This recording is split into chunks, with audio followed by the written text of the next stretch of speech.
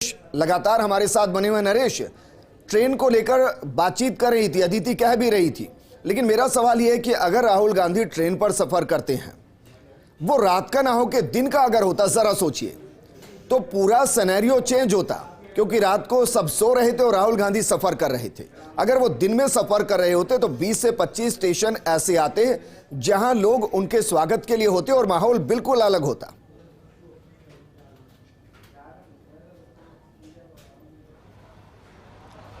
विजेंद्र, देखिए, ये जो सफ़र हुआ है दिल्ली से उदयपुर तक का, कई स्टेशन बीच में आए, कार्यकर्ता मिले हैं, इसका क्या असर होगा ये तो देखना होगा। लेकिन जो पूरा आयोजन है, ये आयोजन कुछ देर में शुरू होने वाला है। उस आयोजन की तैयारियों के लिए कुछ ऐसे चेहरे हैं जो मुख्यमंत्री अशोक गहलोत ने जिनको जिम्मा दिया था इन तैयारियों को अंतिम रूप देने के लिए, क्योंकि बड़ा काम है, देश भर का काम है। उन्हीं में से एक प्रमुख चेहरा है पुखराज पाराशर, वो हमारे साथ मौजूद है, उनसे बात करते हैं।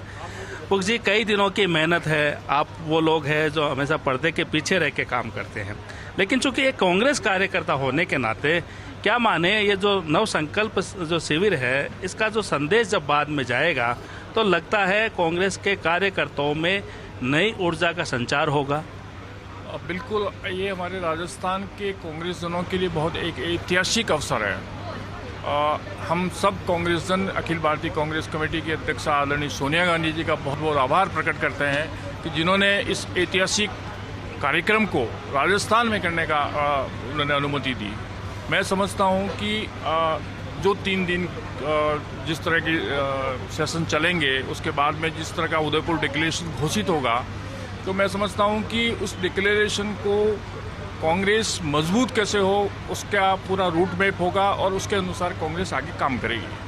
कांग्रेस आगे काम करेगी। एक और सवाल है, राहुल गांधी ने ट्रेन से यात्रा की है, मकसद यही रहा कि लोगों से जुड़ाव रहे, तो लगता है कि अब वो वक्त आ गया है कांग्रेस के कार्यकर्ताओं के लिए भी और नेताओं के लिए भी, जब अब ट्रेन से, सड़कों से निकलना, कांग्रेस कार्यकर्ताओं का मिलना, और अगर ये सिलसिला आगे जारी रहता है तो इससे पार्टी को फायदा होगा।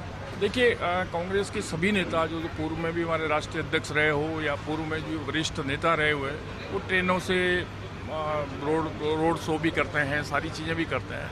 तो मैं समझता हूं कि अभी जो कांग्रेस के लिए बहुत बड़ा एक जो समय चल रहा है, उस समय में कांग्रेस वालों के लिए हमें बहुत मेहनत करनी पड़ेगी।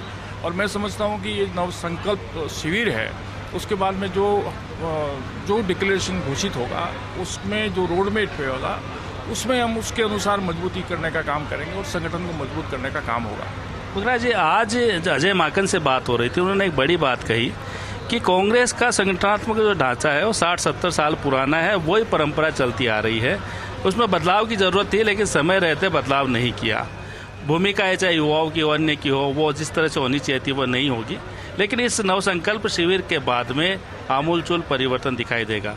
ये जो दावे हैं, ये जो वादे हैं, आपको लगता है कि अब वो समय है जब उनको ज़मीनी जो स्थिति है वहाँ लागू करने का समय आ गया है? देखिए, इस तरह के जो शिविर हैं, जिस तरह का हम संकल्प लेने का एक इस शिविर का नाम भी देखो नव संकल्प है हमारा, तो मैं समझता हूं कि ये 3 दिन के जो डिस्कशन में जो चीज़ें आएगी, इसमें ये सब्जेक्ट भी होगा कि हम कांग्रेस पार्टी को कैसे मजबूत करें, पुराना ढांचा है, नया ढांचा कैसे मजबूत किया जाए, नए लोगों को कैसे जोड़ा जाए, या हमारी जो देश के अंदर कांग्रेस की संगठन की जो स्थिति है उसको कैसे मजबूत किया जाए, ये सब रोड मैप इस शिविर के अंदर तय होगा। इससे पहले एक चिंतन शिविर हुआ था वो जयपुर में, तब भी मुख्यमंत्री अशोक गहलोत थे।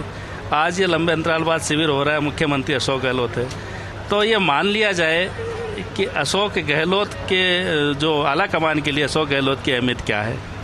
मैं समझता हूं कि आला कमान के लिए अशोक गहलोत जी के ऊपर भरोसा है।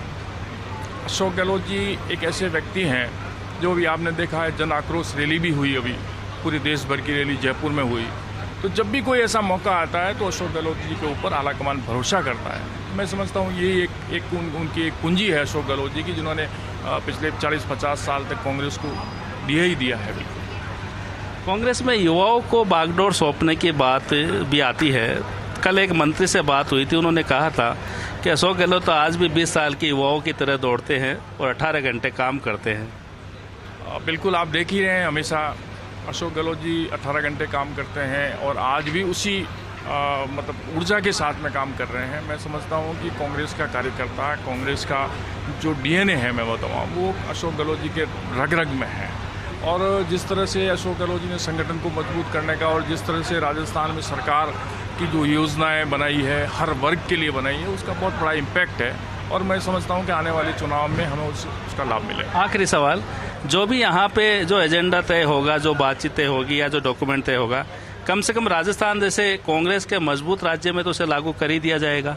बिल्कुल बिल्कुल आगे अशोक गहलोत जी तो वो आदमी हैं जो हाईकमान के हर आदेश की पालना करते हैं। तो मैं समझता हूं कि राजस्थान में सबसे पहले हाईकमान के आदेश की पालना होती है। बिल्कुल, तो बड़ी बात कही है पुखराज पारासर ने कि जो भी यहाँ पे कुछ तय होगा वो कम से कम राजस्थान में तो उसको सबसे पहले लागू कर ही दिया जाएगा। विजेंद्र, काफी महत्व